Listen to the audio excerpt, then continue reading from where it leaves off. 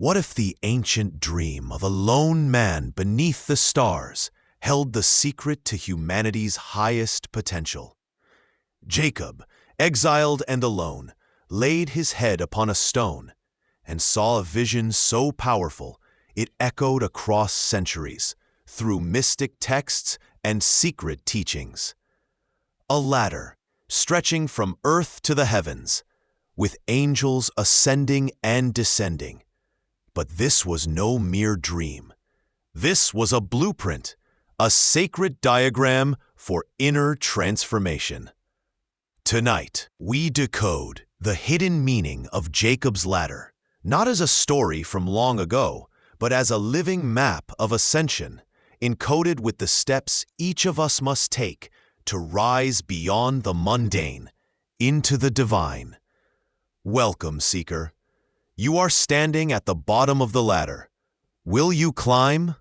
The dream and the symbol, Jacob's vision decoded. In the book of Genesis, chapter 28, we find one of the most enigmatic and mystical moments in all of Scripture. Jacob, fleeing from his brother Esau, finds himself in the wilderness. With no pillow but a stone, he lays down to sleep under the canopy of stars. And then it happens. And he dreamed, and behold, a ladder set up on the earth, and the top of it reached to heaven. And behold, the angels of God ascending and descending on it. But this is no ordinary dream. This is a vision, a symbolic revelation wrapped in the language of myth, mystery, and mysticism. To the surface reader, it may seem like a divine reassurance, but to the initiate, to the one who seeks the deeper currents beneath the text, this ladder is a sacred template, a divine architecture. It stretches from earth to heaven, not as a physical construct, but as a vertical axis of consciousness, a spine of light, a mystical staircase through which the soul may ascend from its fallen, earthly condition to the celestial realms of being. And what of the angels? Why are they not only descending, but also ascending? This is a mystery that has perplexed sages for centuries. In Jewish mysticism, particularly the Kabbalistic tradition, the answer lies in the dynamic relationship between the divine and the human. The angels represent states of consciousness, energetic intelligences that rise as we rise and descend to meet us as we reach toward the higher. It is said by Philo of Alexandria, a Jewish mystic and philosopher from the 1st century CE, that the ladder in Jacob's dream is the soul of man ascending upward by steps of virtue and knowledge. Each rung of the ladder, then, is a step inward and upward. It is not about escaping the earth, but sanctifying it, transmuting the base into the sublime. The stone Jacob rests upon? That is the foundation of transformation, the lowest point from which ascension begins. Just as the alchemist begins with lead before discovering gold, the soul begins in shadow before it seeks the light. This dream is a mirror, and the ladder is within you. The cosmic axis, the ladder as the tree of life, the spine, and the Sushumna Nadi. The ladder Jacob saw is not a singular symbol. It is a universal archetype, a sacred diagram that appears in multiple traditions under many names. In the language of mystics, this ladder is the axis mundi, the world axis, the bridge between earth and heaven, matter and spirit, self and the divine. In Kabbalah, the ladder parallels the tree of life, the sephirotic structure through which divine energy descends and ascends.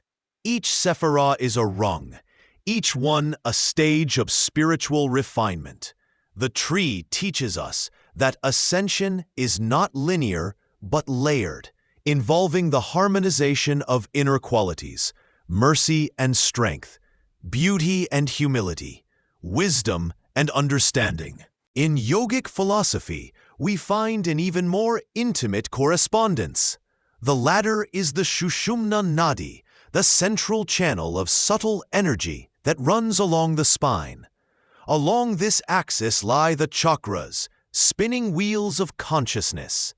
Just as angels ascend and descend Jacob's ladder, prana, or life force, rises and falls through these energy centers.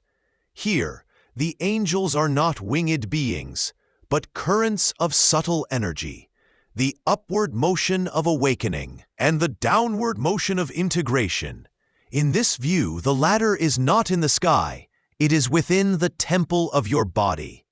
Even the spine itself, curved, flexible, alive, is an embodied ladder. The ancient Egyptians called it the Jed pillar, symbolizing stability and resurrection. The yogis sit in stillness, aligning their spines, not merely for posture, but to transform the body into a conduit of divine ascent. And when the energy reaches the crown, the top of the ladder, the Sahasrara chakra, it is said the soul merges with the infinite, the boundary between self and cosmos dissolving in light. This is not metaphor. It is technology, mystical, internal, repeatable. Mystics throughout time have taught that the human body is not a prison, but a staircase of light, encoded with the possibility of divine realization. Jacob's ladder is not only what he saw, it is what you are. The journey up is a journey inward, and the angels you meet along the way may be the forgotten parts of yourself returning home. The ascent of the soul, initiation, trials, and transformation on the ladder. No one climbs the ladder by accident. In every mystical tradition, the path of ascent is not a gentle incline. It is a refiner's fire, a crucible through which the soul must pass. Jacob's ladder is not only a symbol of possibility, it is a rite of passage, and each rung marks a stage of initiation. To begin the climb is to say, I am willing to be transformed. The first rungs are often the most difficult. They demand the shedding of the old self, attachments, illusions, false identities. Like Jacob, we must leave behind our comfort and face the wilderness within. The ego resists, the shadows rise. These are the guardian thresholds that test our sincerity. This motif repeats across spiritual systems. In the mystical ladder described by Saint John Climacus, a 7th century Christian mystic and monk, the soul ascends through 30 rungs of purification, each one a conquest over a vice or awakening of a virtue. From renouncing the world to defeating pride, the ladder becomes a mirror of inner battle. Similarly, in the teachings of Gurdjieff, the 20th century mystic and teacher of esoteric Christianity and Sufism, the ascent of man requires conscious effort. He taught that most humans live in a state of sleep, mechanical, reactive, forgetful of their true nature. Ascension requires self-remembering, a radical inner honesty, and the practice of awakening to the present moment again and again. In Tibetan Buddhism, the ascent is mapped through the Bardo Thodol, the Tibetan Book of the Dead, where the soul passes through luminous realms and terrifying visions after death. But these are not mere afterlife myths. They are maps of inner transformation, designed to be practiced while alive. What all of these have in common is this: ascension is not escape, it is integration. The angels ascending are the fragments of your higher nature rising to reclaim you. The angels descending are the blessings and insights that return to earth once you've done the work above. This is the true alchemy of the ladder, to transmute the self, not by fleeing the world, but by redeeming it, one rung, one step, one moment at a time. And what awaits at the top? The mystics say, not heaven, not paradise, but union, the soul returning to its source, the drop merging back into the ocean, the I dissolving into the infinite I am.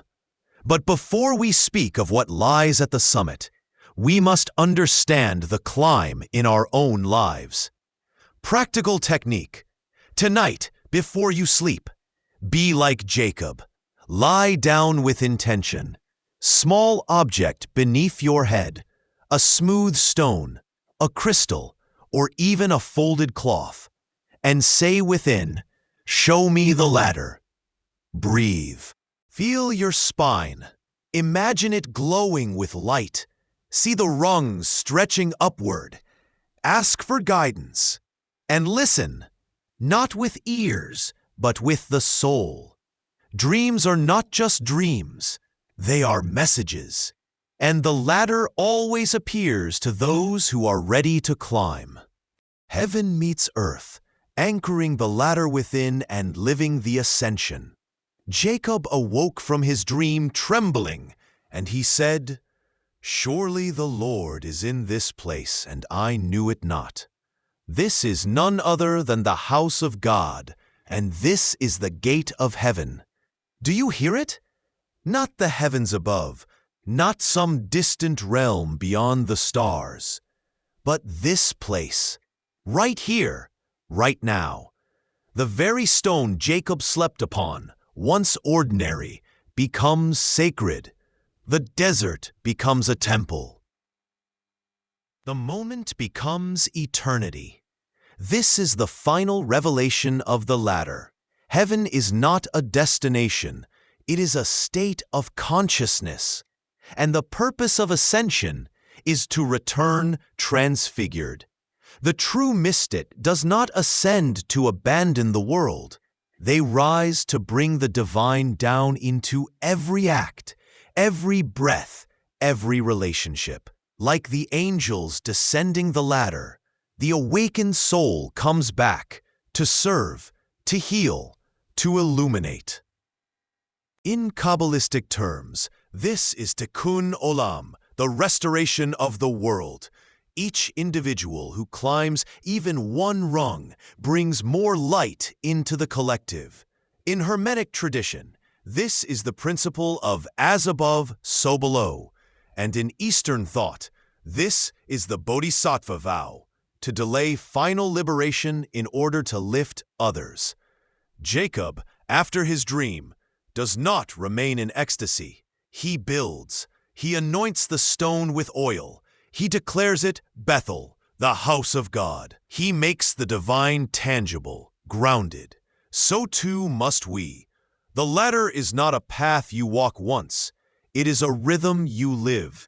Every time you still your mind, every time you speak truth when it would be easier to lie, every time you choose love instead of fear, you rise. And every time you bring that light into the world, through art, kindness, courage, or presence, you become the angel descending. You are both, the climber and the messenger, the seeker and the gate. So now, ask yourself, quietly, where am I on the ladder? Am I just awakening to the call? Am I facing the trials between rungs? Or am I descending again, carrying a spark back to those still in darkness? Wherever you are, remember, the ladder is not out there. It begins beneath your feet. It rises through your spine. It stretches into your soul. You are Jacob. You are the dream. You are the ladder. Climb. If this message stirred something within you, a memory, a question, a light, it means you've begun to climb. Now we ask you, have you ever encountered the ladder in your own life? In dreams? In meditation? In moments between worlds? Share your experience in the comments below, not as noise, but as testimony. Your words may be the rung someone else needs to rise. If this teaching resonated and you wish to go further, deeper, higher, like this video, subscribe for more sacred transmissions, and above all, return often to the still place within you, where earth meet, and the ladder always begins. Until next time, Seeker, climb wisely, walk gently, and remember, you were never meant to stay at the bottom. Thank you for watching. This circle of seekers grows with every story shared. Leave your thoughts below. Your insight may light another's path.